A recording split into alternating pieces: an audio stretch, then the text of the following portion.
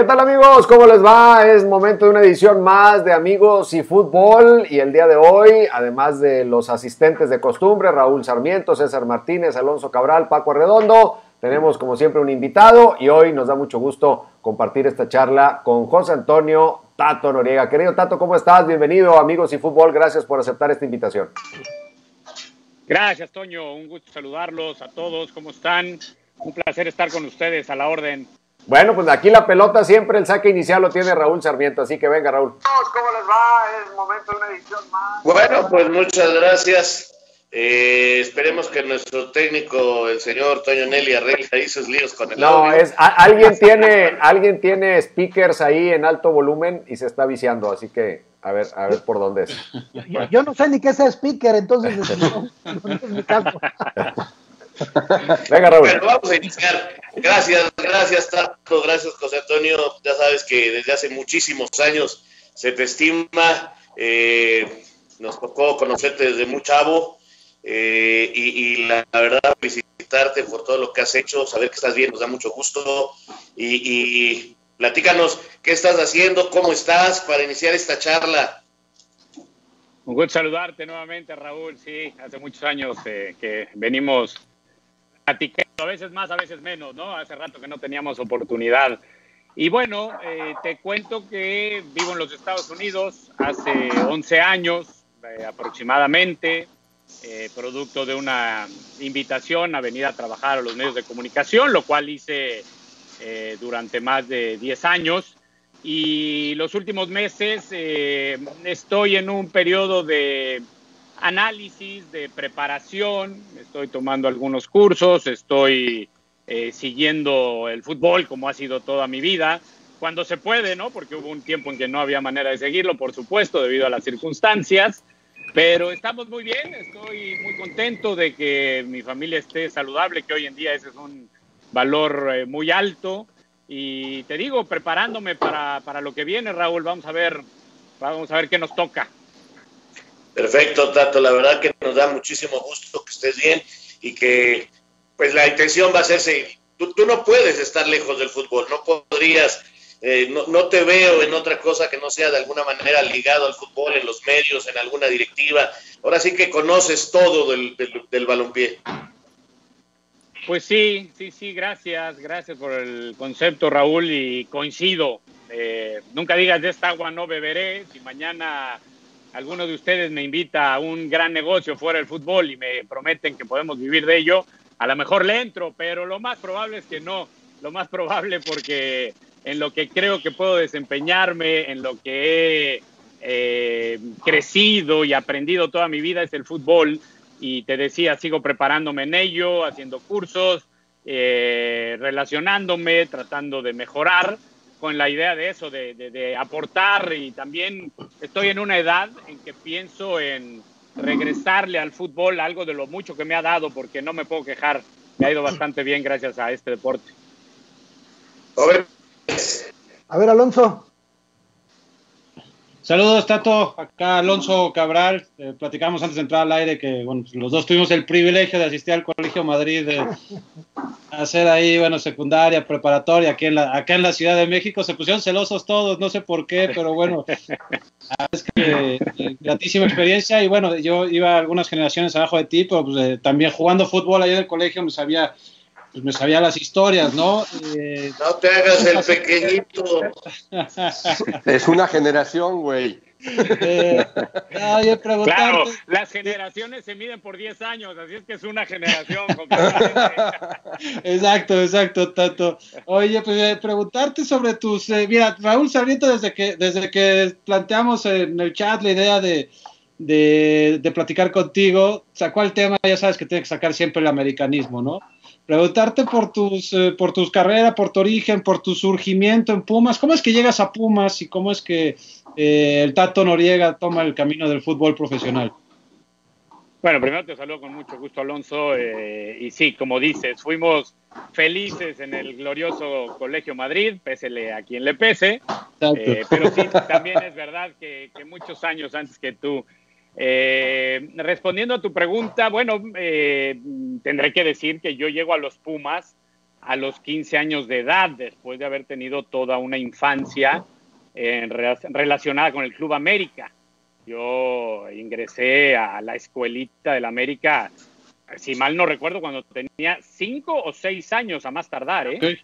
Es decir, muchos años estuve ahí, inclusive muchos amigos que todavía son mis amigos, mis grandes amigos de la infancia, los conocí ahí, en ese primer equipo incluso de la escuelita del América, es decir, son gente con la que llevo relacionado 45 años. Después estudiaron en el Madrid, gente inteligente también. Y y bueno, pero hablando en serio, después de esos muchos años en la escuela de fútbol del América, en donde creo haber recibido las bases, porque se hacían bien las cosas, creo yo, el hecho de tener aquel frontón. Hace mucho que no voy, ahí en Cuapa seguramente siguen existiendo. No, ya no.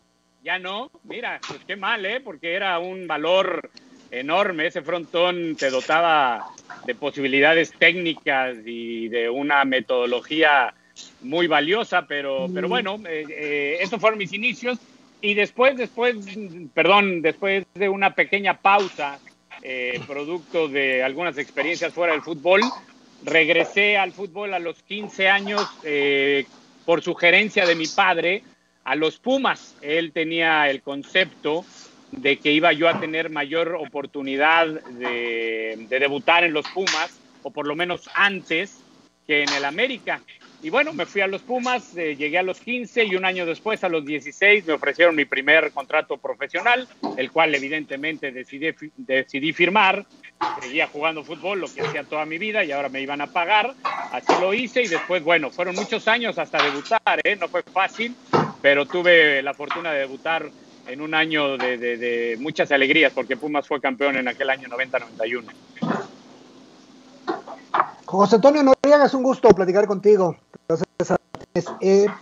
Hablas de una preparación. Hace unos minutos que respondías a Raúl Sarmiento, mencionabas el tema de preparación. Y en tu caso, pues digo, sí lo creo, porque siguiendo lo que fue tu carrera, hay un José Antonio Noriega al inicio y hay un José Antonio Noriega que fue evolucionando con el paso de los años hasta ocupar un lugar importante en nuestro fútbol. Esta situación, esta vocación de aprender, de evolucionar, de tratar de mejorar las cualidades, ocultar las deficiencias, ¿la mantienes hoy día? Hola César, te saludo con gusto también y gracias por tu comentario. Sí. No estoy seguro que lo que tú comentas acertadamente tenga que ver con un mérito mío. El mérito, si acaso, habrá estado en no rendirme, en ser resiliente, pero no era tan pensado, era más automático, ¿no? Siempre he sido atrevido, siempre he sido aventado, fracasé muchas veces en mi vida, como lo hace todo mundo, y no me vencía, y eso a lo mejor me sirvió para ir escalando peldaños. Lo que creo es que, como en la vida, muy específicamente en el fútbol, hay quien llega antes y hay quien llega después por circunstancias, y algunos otros no por circunstancias, sino por madurez inclusive. Seguramente yo no era un jugador tan maduro a mis 17, 18 años de edad, en donde algunos ya presumían debuts y partidos en primera. Yo tuve que esperar todavía algunos años, pero después sí que fui capaz de mantenerme y de seguir creciendo. Y ante la pregunta específica de que si hoy lo hago, sí, hoy lo hago ahora sí conscientemente. Es decir, ahora sí tengo muy claro que uno tiene que seguir aprendiendo, que uno tiene que seguir preparándose, que uno tiene que evolucionar, adaptarse, aprender, la famosa resiliencia que hoy en día está tan de moda y que es muy cierta para salir adelante. Así es que la respuesta es sí, trato de ir por ese camino. Yo, Tato, Paco Arredondo, ¿cómo estás? Te mando un abrazo, tantos años sin vernos, ¿cómo estás? Bien, Paco, gusto saludarte. Igualmente. Oye, quizá una de las primeras experiencias fuertes en tu carrera es, ya como profesional, tener como compañero de habitación al Tuca Ferretti, que te motivaba, te echaba para adelante, y cuando fue tu técnico, la historia cambió. ¿Esa fue uno de los primeros contrastes o retos que pudiste enfrentar en tu carrera? Sí, no el primero, pero es una anécdota simpática que yo siempre cuento porque pues, me parece eso, ¿no? Simpática. El hecho, para quienes no la conocen a fondo, les voy a platicar a lo que tú haces referencia. En aquel año 90-91, yo era uno de los más jóvenes del plantel, junto con Sergio Bernal, seguramente, y era un plantel que no concentraba. Esto es un paréntesis aparte, porque hoy en día de repente escuchas, wow, es que en Europa se hacen cosas, por ejemplo el Barcelona, que no concentra y van adelantados a los demás, cuando esto no es tan así. En aquel 90-91, Miguel Mejía Barón, que para mí ha sido un genio del fútbol, ya lo hacía y no concentrábamos, y aún así fuimos el equipo campeón con mayor número de puntos, mayor número de victorias, más goles anotados, menos recibidos. No sé si hasta el más disciplinado, esa estadística no la tengo, pero bueno, lo digo porque esto de que Tuca y yo coincidimos como compañeros de habitación fue durante la liguilla. Ya cuando el equipo calificó, pues ahí sí vino un periodo de concentración en esos hoteles del sur de la ciudad en donde acostumbramos concentrar para las liguillas, y Tuca, siendo el mayor de aquel equipo, que por cierto, esa es otra gran anécdota, Tuca debió haber estado retirado y ser parte del cuerpo técnico, pero Miguel, una vez más, genio, decidió incrustarlo en el equipo. Y entonces, no sé por qué, esa parte no la recuerdo, no sé si por el hecho de que yo era muy joven y el Tuca el mayor, nos pusieron juntos porque por cuestiones de carácter no era, somos y fuimos muy diferentes siempre Tuca y yo, y entonces imagínense, yo en la concentración calladitos, y el Tuca quería aire acondicionado, se le subía, si quería televisión también se prendía. ¿Qué canal? Y yo, sí, qué canal, exactamente. Y como no había control todavía, yo me paraba y seguía órdenes como debía de ser. Broma aparte, sí, evidentemente el Tuca tenía su carácter y pues yo estaba joven, entonces pues sí, realmente me sentía, pues no intimidado, pero sí respetaba su jerarquía. Fumaba el Tuca, no es ningún secreto, fumaba en la habitación y a mí eso me incomodaba, pero no decía ni pío. Y la anécdota consiste en que en las pláticas pues él me decía, vas muy bien, sigue haciendo lo que haces, Miguel te valora mucho, si sigues por ese camino vas a jugar mucho más partidos el año que entra, tienes un gran futuro, etcétera, etcétera. La historia termina con Tuca anotando aquel gran gol, siendo campeones. Miguel se va a Monterrey de entrenador y Tuca agarra el equipo con la desventaja, el infortunio, que yo era seleccionado nacional juvenil en aquel entonces, así se le conocía, y jugábamos las eliminatorias olímpicas, además de los Juegos Panamericanos. Entonces viajé mucho, me concentré con la selección y eso al Tuca no le hacía mucha gracia, y cuando yo llegaba a entrenar no le encantaba, no me dio tanta oportunidad. Seguramente yo tuve mucha culpa en no cumplir sus expectativas, y termina la historia en que después de haberme dicho que tenía mucho futuro y jugaría mucho más, pues jugué muy poco y tuve poco futuro en los Pumas y me fui a Monterrey. Y precisamente de eso, Tato, porque hoy mucha de la afición que está sintonizando esta transmisión está en la ciudad de Monterrey. Háblanos de lo que significó tu paso por el fútbol regimontano, porque específicamente lo de Rayados fue una etapa de un cambio radical, no tanto en lo futbolístico, sino en muchos aspectos de manejo de la mercadotecnia, de manejo de la imagen. Tú siempre has tenido pues un gran desenvolvimiento ante las cámaras, mucha conexión con la gente, y fuiste un ingrediente muy importante en ese paso que dio el cuadro de Rayados de Jorge Lankenau, de introducir comerciales del banco, de la casa de bolsa, en fin. Junto a lo futbolístico vino toda esta parte mediática que fue un antes y un después definitivamente. Bueno, primero agradezco tus palabras, Toño, y segunda te digo que ojalá se hubiera ganado en aquel entonces por estos aspectos como se gana hoy, ¿no? A lo mejor estaría yo un poquito más holgado a manera de broma, pero sí, para mí Monterrey representa un antes y un después en mi carrera. Es un parteaguas importantísimo en todos los aspectos, porque salgo por primera vez de vivir en la Ciudad de México, donde hasta entonces había vivido toda mi vida. Por lo tanto, dejo de vivir también con mis padres, con quienes había vivido toda mi vida. y eso genera el adaptarte a muchos aspectos, ¿no? Cambio de clima, recuerdo el tener que soportar los calores de Monterrey en verano no era sencillo, y además la oportunidad de realmente hacer una carrera en el fútbol. Yo sabía que si no daba el ancho, digámoslo así, en Monterrey, pues entonces seguramente tendría que dedicarme a mi profesión académica, digamos, que acababa de terminar justamente unos meses antes de ser adquirido por Monterrey para jugar fútbol, y entonces tendría que dedicarme a otra cosa y no al fútbol. Entonces le puse mucho empeño, eso lo hacía siempre, la verdad no cambié mucho en ese sentido, lo hacía también con Pumas, pero algo pasó en Monterrey, hubo un clic, porque fue inmediato.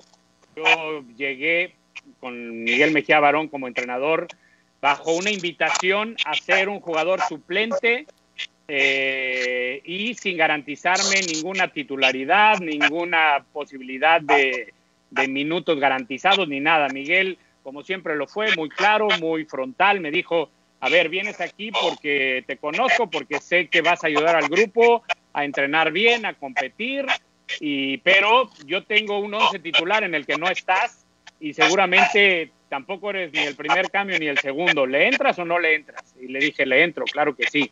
Afortunadamente, muy temprano, Toño, tuve la oportunidad de ganarme un lugar y fui titular desde temprano en aquella temporada. Eran temporadas largas y llegué a jugar casi todos los partidos, si no es que todos, e incluso jugando la final.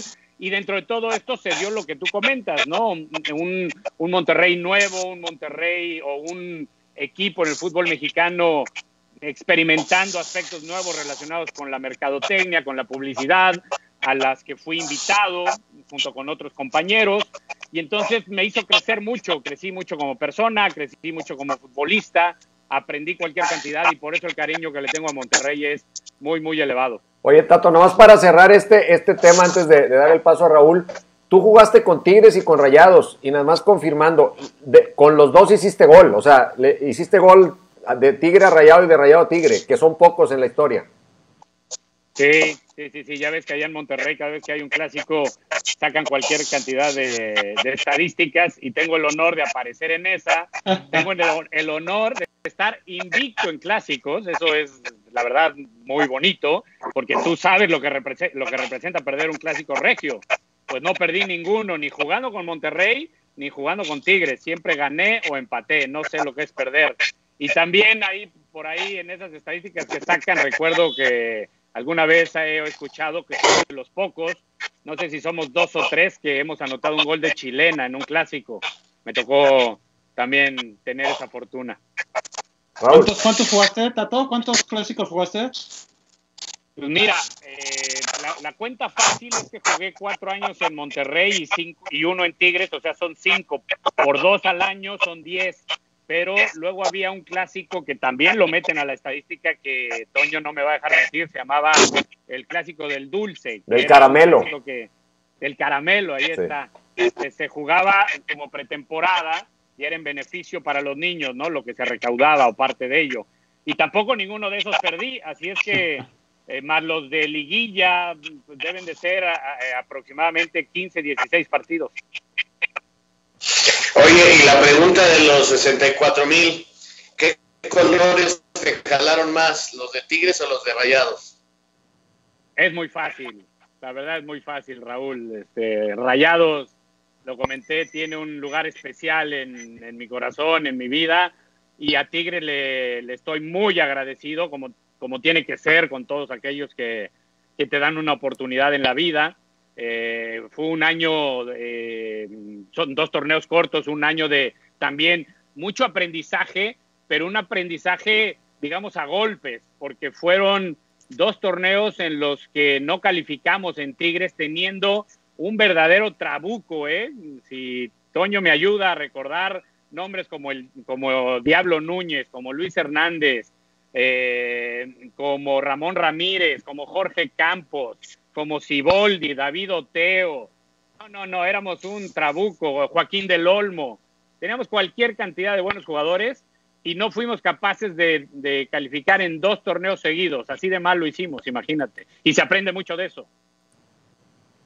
Oye, ¿y la presión, Tato, de qué lado hay mayor presión? Bueno, supongo que en ese momento con Tigres, con el equipo que traías, pero también con Rayados. ¿Hay diferencias entre las presiones por parte de las aficiones en Monterrey? ¿Qué es lo que sienten los jugadores? Pues mira, yo creo que esto va cambiando con el tiempo, ¿no? Ni Tigres ni Rayados son las instituciones que eran cuando yo jugué, así como cuando yo jugué eran diferentes a las de muchos años antes, ¿no? Porque son 2 instituciones que han tenido un crecimiento progresivo. Entonces, yo creo que hoy tienen mucho más presión por el nivel de inversión que hay en ambos equipos, por el estadio, por ejemplo, que acaba de construir no hace mucho Monterrey, etcétera, etcétera. Pero hablando exclusivamente de lo que yo viví, probablemente sentí, sí, mayor presión en Tigres, porque había un equipo muy importante, como ya te lo comenté, y seguramente me faltan muchos nombres, me disculpo con muchos verdaderos buenos jugadores que seguramente estaban en aquel plantel, y entonces el hecho de no ir bien las cosas y de tener un estadio completamente lleno, con abonos vendidos previo al inicio de la temporada, inclusive todas estas historias que ya sabemos, pues sí, generaban mucha presión, mientras que en Rayados era otra época, era una época aquella sin un plantel con tantos nombres y que en sentido contrario logramos éxitos continuos, porque normalmente, te digo, en mi primer año, que era todavía temporada larga, de hecho los 4 años que yo juego en Monterrey, los 4 son temporadas largas, porque cuando salgo de Monterrey comienzan exactamente los torneos cortos, y si mal no recuerdo, las 4 temporadas calificamos a la liguilla, una de ellas fue final, ganamos algún trofeo de Recopa de Campeones, en fin, el equipo compitió bien en CONCACAF, nos fue mejor. Entonces la presión la sentí más en Tigres por el hecho de no conseguir objetivos, pero vaya que en Rayados también el tener el estadio lleno y esta inversión que se comenzaba a tener por parte del ingeniero Lankenau, etcétera, también generaba una alta responsabilidad, sin lugar a dudas. Oye, Tato, después vino una etapa brillante a nivel individual en Morelia, acompañada de momentos importantes a nivel internacional, con algún torneo de Copa Libertadores en donde fuiste el jugador más destacado, sin duda alguna. Esa temporada o ese momento o esa etapa con Monarcas Morelia vino acompañada también de una gran injusticia para muchos, que fue un no llamado a selección nacional para una Copa del Mundo. Fíjate que cuando nos piden como periodistas, como reporteros, a escribir historias de grandes injusticias en el fútbol mexicano a lo largo del tiempo, nunca falta la del Tato Noriega, ¿no? Con selección nacional. Platícanos tu sentir acerca de esta situación, de ese momento que tuviste en tu carrera y de esa exclusión que para muchos fue pues injusta y no sé, tal vez hasta inexplicable, no sé si valga el término. Sí, César, coincido en todo contigo, en el hecho de que me fue muy bien en Morelia. Mucha gente cree, y aparte estoy de acuerdo, que fue mi mejor momento futbolístico, pero para hilarlo con lo que venimos comentando, yo lo equiparo mucho a mi momento en Monterrey, Yo me sentí igual de bien en Monterrey. Lo que pasa es que está un poco atrás en mi carrera y a lo mejor se olvida, se deja un poco más atrás y era más joven. A lo mejor al estar más maduro, pues le saqué mayor provecho. Pero bueno, metiéndome específicamente en lo que comenta sobre el no llamado al Mundial, lo primero que digo es que sí, yo coincido. Yo sé que merecía ir, lo tengo muy claro. Yo sé que hubiera sido útil, yo sé que hubiera aportado, pero también tengo que decir que sé que yo no era Messi, o para llevarlo a territorio nacional no era Cuauhtémoc Blanco. Es decir, yo no era un jugador que me caracterizaba por hacer diferencia. Igual no fue un mundial tampoco, Claro, sí, es verdad, es cierto, también le tocó. Pero lo que trato de decir es que entendiendo y teniendo muy claro que debía haber ido, que lo merecía, lo tengo clarísimo, no lo tomo como una frustración en mi carrera o una cosa que no haya superado. Afortunadamente tuve la posibilidad desde aquel momento de tener las cosas claras y yo creo que el hecho de sentirte bien contigo mismo ayuda mucho en la vida. Y yo me sentí bien conmigo mismo, no estuvo en mí, no hubo algo que yo dijera, caramba, si yo hubiera hecho esto, si me hubiera cuidado más, si hubiera entrenado mejor, si hubiera qué sé yo, habría ido a un mundial. No, hice todo lo que estuvo en mis manos, creo que lo hice bien, los rendimientos ahí están, los resultados, las estadísticas, lo que se quiera tomar como parámetro, ahí están, entonces eso me dejó muy tranquilo. Y también, ¿sabes qué? El entender el fútbol, ya tenía yo 32 años y eso me permitía estar maduro y saber que los entrenadores toman decisiones subjetivas, muchas veces cuestionables, pero la mayor parte del tiempo respetables. Y la decisión de Javier, pues así, en ese momento para mí así lo fue respetable y en ningún momento ustedes pueden revisar y yo no salía a decir nada en contra de él. Sí, con el tiempo me preguntan si me dolió y les digo que sí, me dolió más en el aspecto personal, porque Javier era una persona cercana a mí, éramos amigos, así lo consideraba yo. Tal vez no, y eso puede ser la explicación de que por qué no me lo dijo. Esa parte, y esa es la respuesta. El no haberme dicho, oye, Tato, tomar un teléfono, oye, Tato, no te voy a llamar.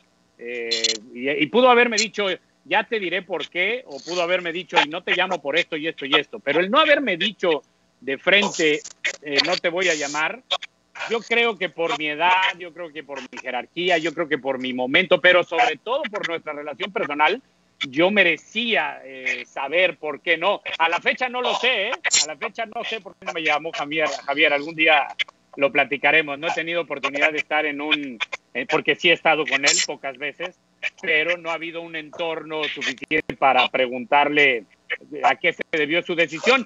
Muy respetable, pero también quisiera saber a qué se debió. A lo mejor me ayuda a crecer y a entenderlo. Y por último, para ya no alargarme, porque sé que hablo mucho, te diría que a lo mejor hasta un favor me hizo, caray, porque este es un tema que todo el mundo me pregunta, y si yo hubiera ido al Mundial, tal vez habría, como muchos otros jugadores que seguro ahorita ni a ustedes, ni a mí, y mucho menos a la gente, porque no tiene por qué, no se dedica a esto como nosotros, a lo mejor ni se acuerdan de varios jugadores que sí fueron a ese Mundial y nadie se acuerda de ellos. Entonces a lo mejor nadie se acordaría de mí si Javier me lleva y no juego, por ejemplo, y en cambio ahora todo el mundo se acuerda de mí. O sea, es que a lo mejor hasta un favor me hizo, ¿no?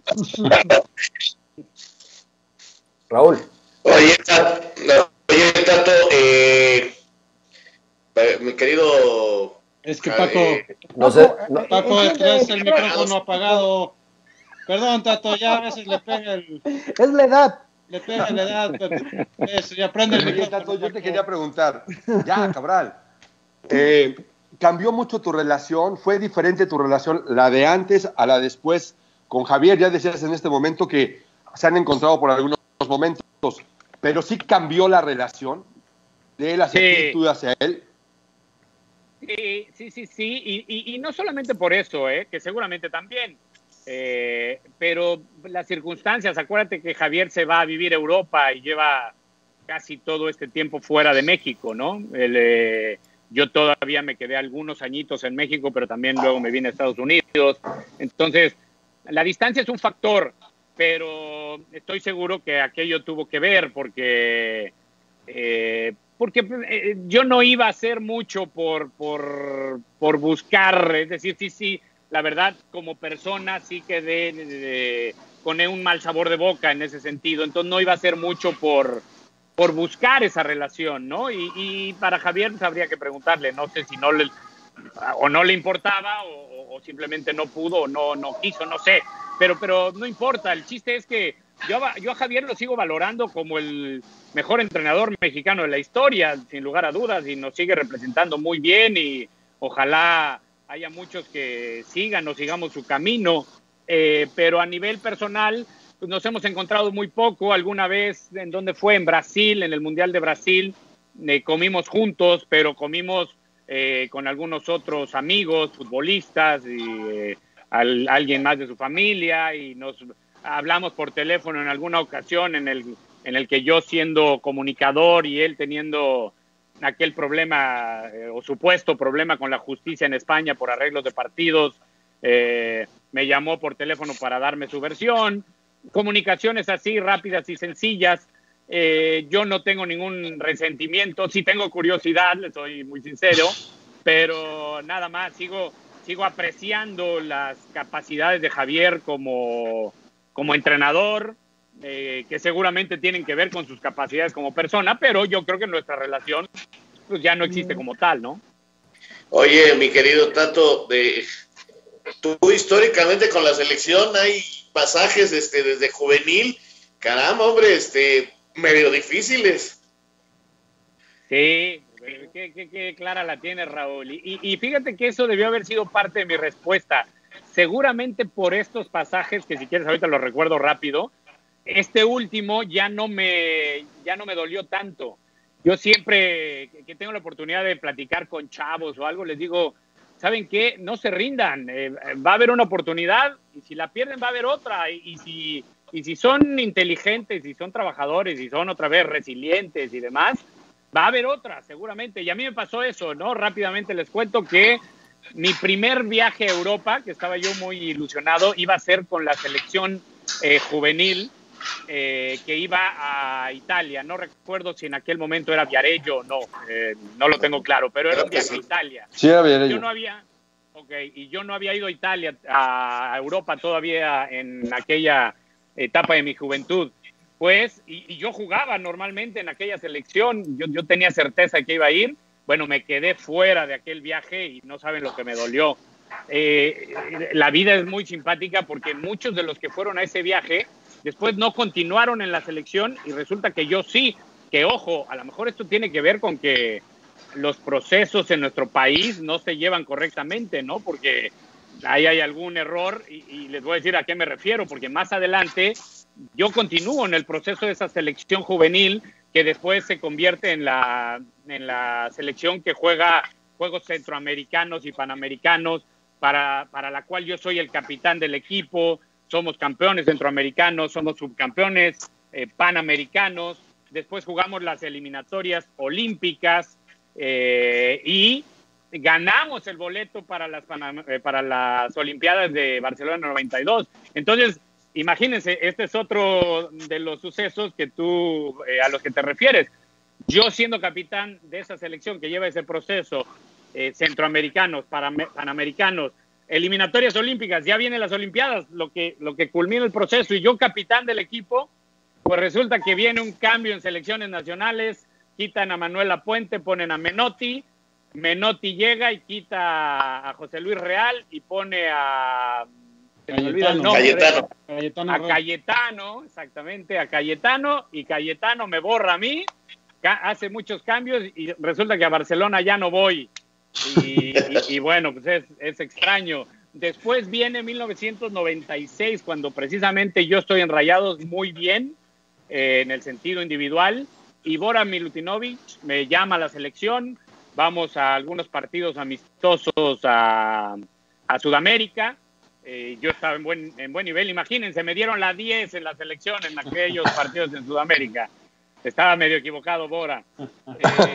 Y entonces mi proyecto allí va en lo individual, pues resulta que hay un problema ahí en mi traspaso, porque salgo de Monterrey, me venden a Veracruz, a donde yo no tenía idea que iba a ir, sino yo tenía un arreglo con Atlante. De todos modos, bueno, para no coartar mi continuidad, no, pero tengo que parar, Paco. Son 6 meses en donde yo no juego. En el primer torneo corto de la historia del fútbol mexicano, yo no juego, y aparte soy afortunado porque el reglamento decía que debías de parar un torneo. Ellos se referían a un torneo largo. Afortunadamente cambian a cortos y no le cambian, sino a temporada y torneo, y entonces yo tengo la fortuna de decir, bueno, torneo es corto, y entonces paro un torneo, pero 6 meses sin participar, ya no me llaman a la selección cuando estaba dentro de los nominados. Entonces vuelvo a perder ese envión rumbo al 98. En fin, tengo esa constante de no culminar los proyectos. Yo siempre digo que tiene que ver también seguramente con cosas que yo dejé de hacer y con el hecho de que jugaba muchas posiciones. Entonces, nunca un entrenador, creo, me consideró el mejor mediocampista, porque de repente jugaba de delantero y de repente de central y de repente de lateral, y entonces creo que tiene que ver, pero ya me callo porque y eres de los pocos. Con Osorio, Oye, y eres de los pocos que no eras cachirú, ¿Es y eres de los pocos que no eras cachirú. Oye, esa es otra que me salté, claro. Yo juego la eliminatoria juvenil para ir a Arabia Saudita, el Mundial Juvenil. Y jugamos, yo era de los 4 únicos que no éramos cachirules, logramos el boleto, pero como cacharon a los demás, también me pierdo aquel Mundial Juvenil. Tienes razón, gracias por recordarlo. Una limpia, Tato, algo, ¿no? Oye, Tato, no, ¿sabes qué es lo que pasa? Que llegó tarde Juan Carlos Osorio a tu vida, porque si jugaba o sea, con Osorio hubiera sido titular siempre.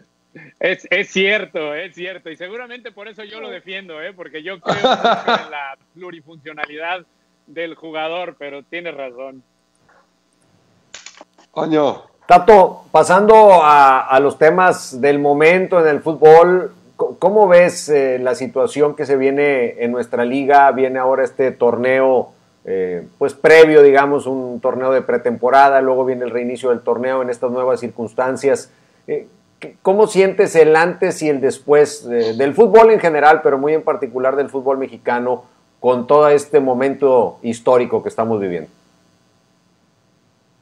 Pues es inevitable que sea parte de la palabra, la podemos elegir entre crisis o algo diferente o una pausa, porque es un golpe muy fuerte mundialmente, no solamente al fútbol, sino a toda cualquier tipo de industria y a la sociedad y al ser humano.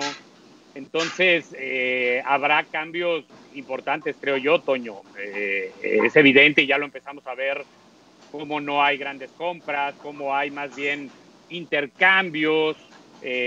Seguramente vamos a ver oportunidad para más jóvenes, seguramente vamos a ver oportunidad para aquellos jugadores que, por ejemplo, estaban en la extinta Liga de Ascenso y que destacaban y que ahora pueden tener un espacio debido a las circunstancias. Entonces, no me preocupa demasiado, no me asusta, porque creo que debemos tomarlo como lo hacen algunas culturas orientales, ¿no? Que dicen que crisis es igual a oportunidad.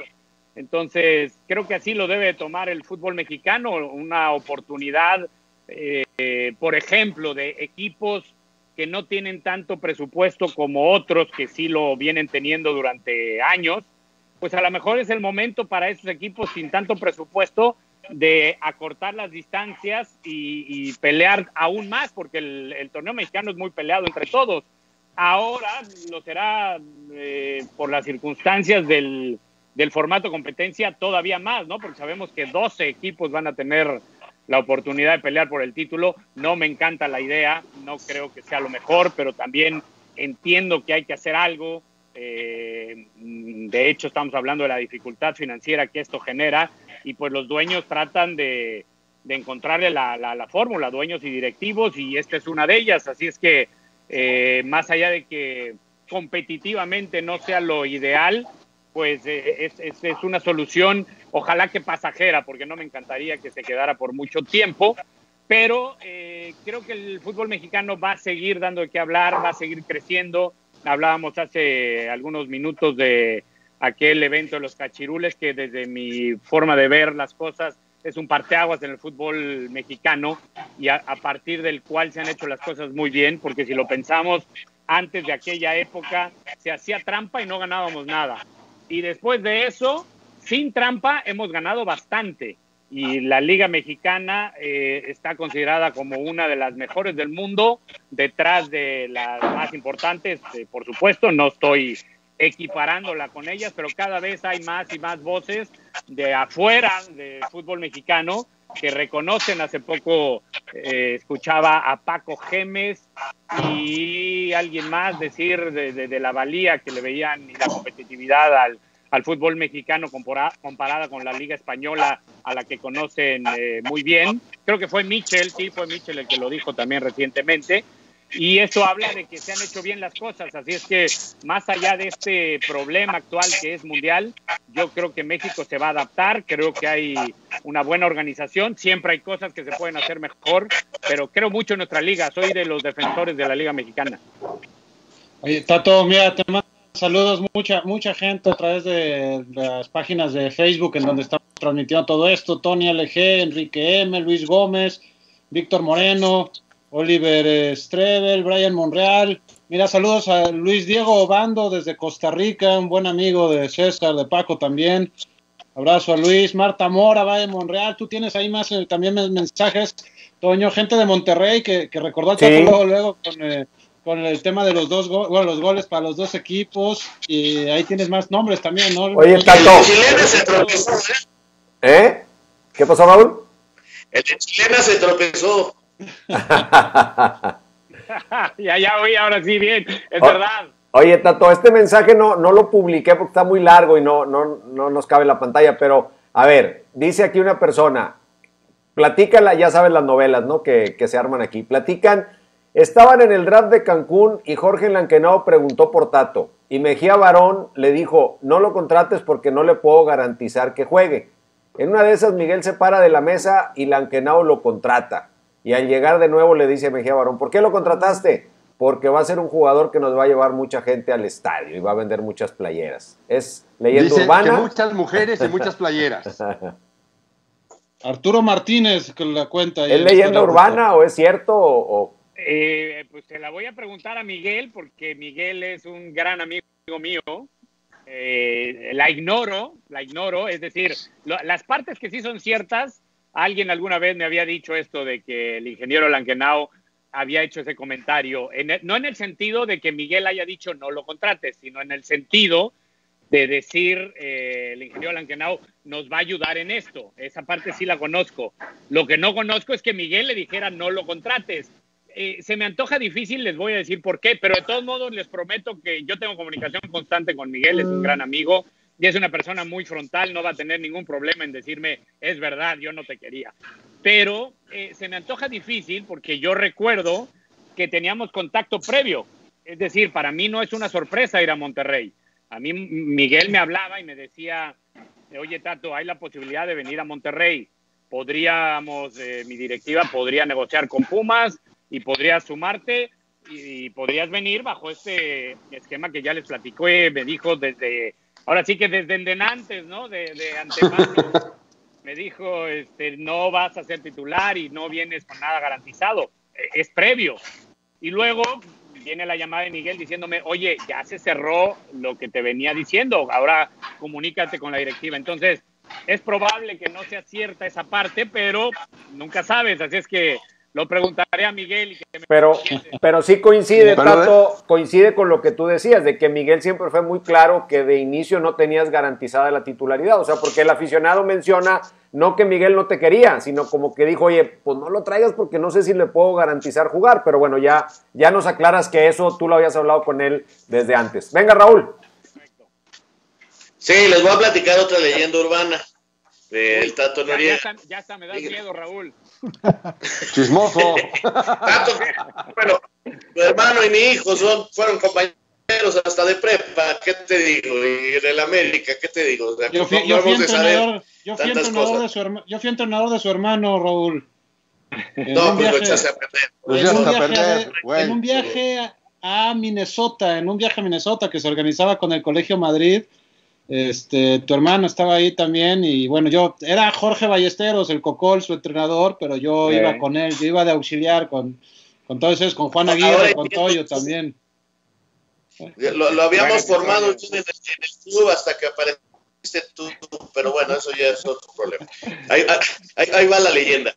Dicen que cuando venía ya el Mundial, hubo una persona que se acercó a Javier Alarcón y le dijo, hay que llevar al Tato Noriega con nosotros. Porque habla bien, está en la polémica, el Tato tiene que ir con Televisa. Y pues a esa persona dijeron, no, a lo mejor no nos viene bien ahorita, pero dile que más al rato. porque yo quería, y esa persona era yo, y apareciste en TV Azteca y hiciste una gran carrera. ¿Cómo te sientes en los medios? Wow, pues es así, es nueva, Raúl. Qué lástima que no tuviste fuerza, porque de una u otra manera me hubiera beneficiado, no sé cómo, pero bueno, estoy seguro que hubiera sido para bien. Qué buena historia. Sí, fíjate, hace rato que hablábamos de la situación del Mundial y no ser llamado, es otro aspecto, ¿no? Que al no ir al Mundial y ser invitado por TV Azteca, pues me permite comenzar en tele, porque yo ya en ese momento hacía cuestiones en radio y en prensa escrita, con invitaciones de Heriberto Murrieta, sobre todo, que siempre ha sido muy amable conmigo y es mi amigo. En Contraataque. En Contraataque y en programas de radio que tenía Beto, yo tenía algunas participaciones. Y aquella ida al Mundial con TV Azteca, pues me sirvió mucho para tener una nueva experiencia de vida profesional, un punto de vista diferente, estar presente. Entonces, pues fue muy enriquecedor. Ignoraba por completo esto que dices de tu propuesta, pero bueno, te lo agradezco y como dices, a lo mejor no estabas equivocado, porque después, ya habiendo yo estudiado la carrera en Ciencias de la Comunicación, pues me dediqué a esto por 10 años hasta ahora, ¿no? Veremos qué sigue. Oye, Tato, te toca también en ESPN una época de crecimiento hacia el mercado de habla hispana. Te toca viviendo en Estados Unidos en ESPN Deportes. ¿Cómo es visto el fútbol mexicano desde el mercado estadounidense? A mí me llama mucho la atención qué tan atractivo es para ellos el fútbol mexicano, porque bueno, tú lo viviste durante mucho tiempo, ¿no? Tal cual ese tema. Sí, Alonso, yo creo que estamos perdiendo terreno. Si yo comparo lo que era hace 10 años a ahora, casi 11 años después, mejor dicho, que llevo viviendo en territorio estadounidense, creo que la Premier League inglesa, por ejemplo, está mucho más arraigada, y la Liga Española están teniendo mucho mayor penetración, y eso no nos conviene. Por supuesto que el fútbol mexicano sigue siendo pues el vecino, ¿no? Y no solamente el vecino, sino mucha población de los Estados Unidos es no solamente latinoamericana, sino mexicana en específico, y siguen a sus equipos. Pero creo que podríamos crecer más. Creo que deberíamos de tratar de tener una mejor penetración, una mayor influencia con la gente, para que se siga más de cerca al fútbol mexicano, y que los seguidores del fútbol en general tengan en el fútbol mexicano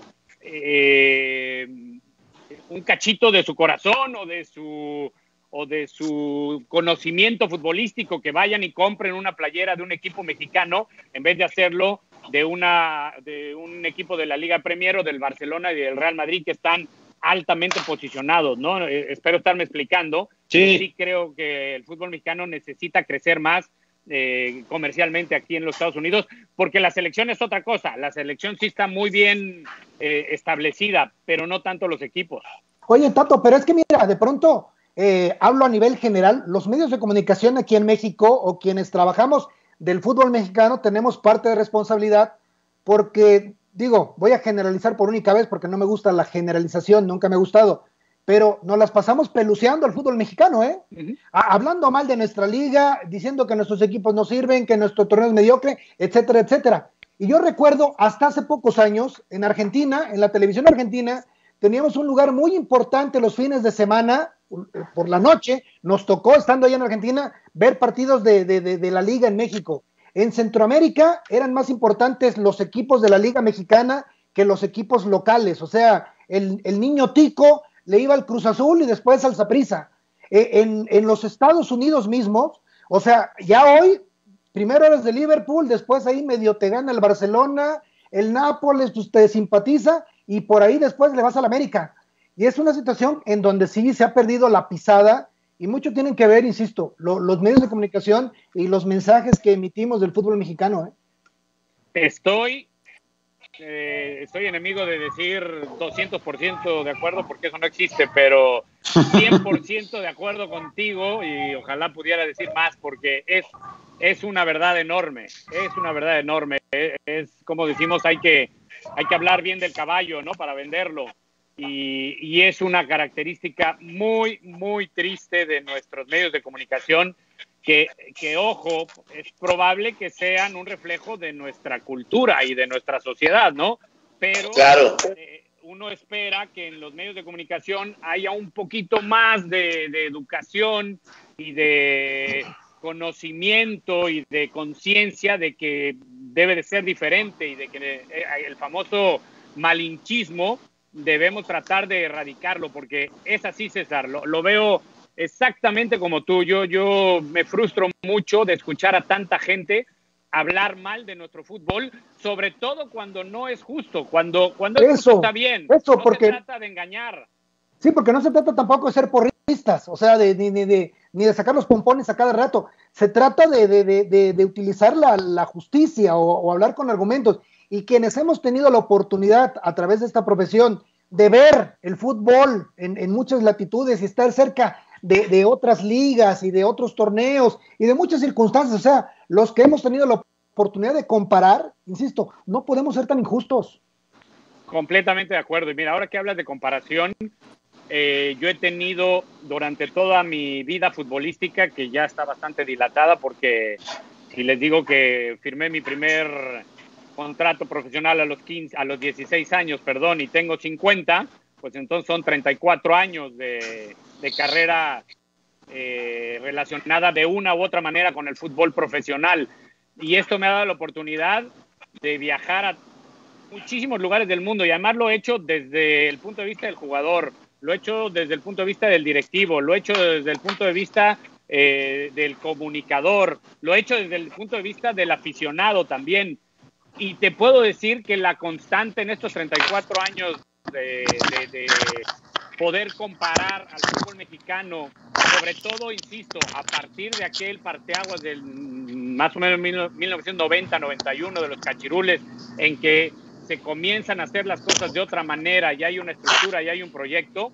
El fútbol mexicano es muy competitivo, es muy organizado, tiene gran infraestructura, tiene gran calidad, paga buenos sueldos, es muy, muy bueno y ha ido creciendo y creciendo, pero también es verdad que seguimos o se sigue dentro de los medios de comunicación, sobre todo, menospreciando y sobajando, y me parece que es una postura muy equivocada. Y podría yo entrar en ejemplos miles, ¿no? De decir, a ver, me tocó enfrentarme a Paul Gascoigne, por ejemplo, ya no me acuerdo si fue en Toulon o en Viarello, fue en Toulon contra Paul Gascoigne, y sí, nos ganó Inglaterra 2-1, pero 2-1, y además seguramente éramos más chavos de aquel equipo que el equipo inglés que nos ganó, y así le seguimos. Me tocó Copa Libertadores y jamás me sentí al revés, siempre sentí que fuimos superiores a los rivales, y con selección nacional también, y me ha tocado estar presente en estadios de los primeros niveles del mundo y ver el nivel competitivo, y después estar presente en un equipo, en un estadio del fútbol mexicano, y poder comparar. Y no voy a decir que el fútbol mexicano está al nivel de los más grandes del mundo, pero sí estamos detrás de ellos. Es muy, muy competitivo, muy organizado, muy formal, así es que más allá de, también, ojo, lo dijiste bien, no hay que caer en ser porristas, más allá de que hay varias cosas que se pueden hacer mejor, por supuesto, el fútbol mexicano está en un muy buen lugar. Venga, Alonso. Sí, la verdad que comparto lo que están diciendo tanto César como el Tato. Lamentablemente a veces caemos en ese tipo de cosas. Tocaste un punto. ¿Te gustó ser directivo? ¿Te gustó estar dentro de una directiva de un equipo? Porque lo has hecho todo, José Antonio.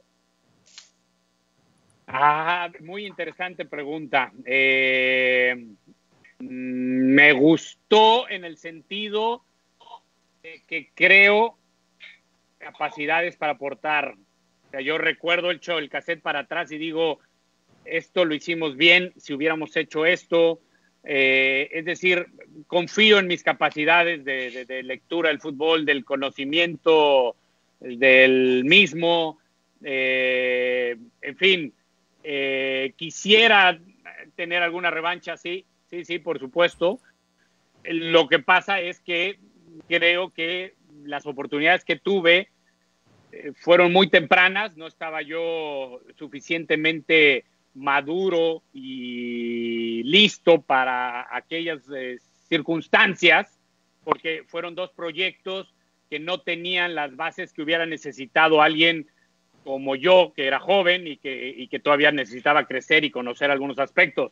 Hoy, muchos años después, me siento muy preparado, me siento con mucho mayor conocimiento. Comentaba que estoy estudiando, entonces sí me gustó en ese sentido. En cuanto a que si se repitiera, lo tomaría, sí. Y aquellas experiencias que tuve me dejaron el aprendizaje de elegir bien. Es decir, si yo hoy en día, y les comparto, que he tenido la fortuna de haber sido ya invitado a algunos proyectos, nada se ha podido aterrizar.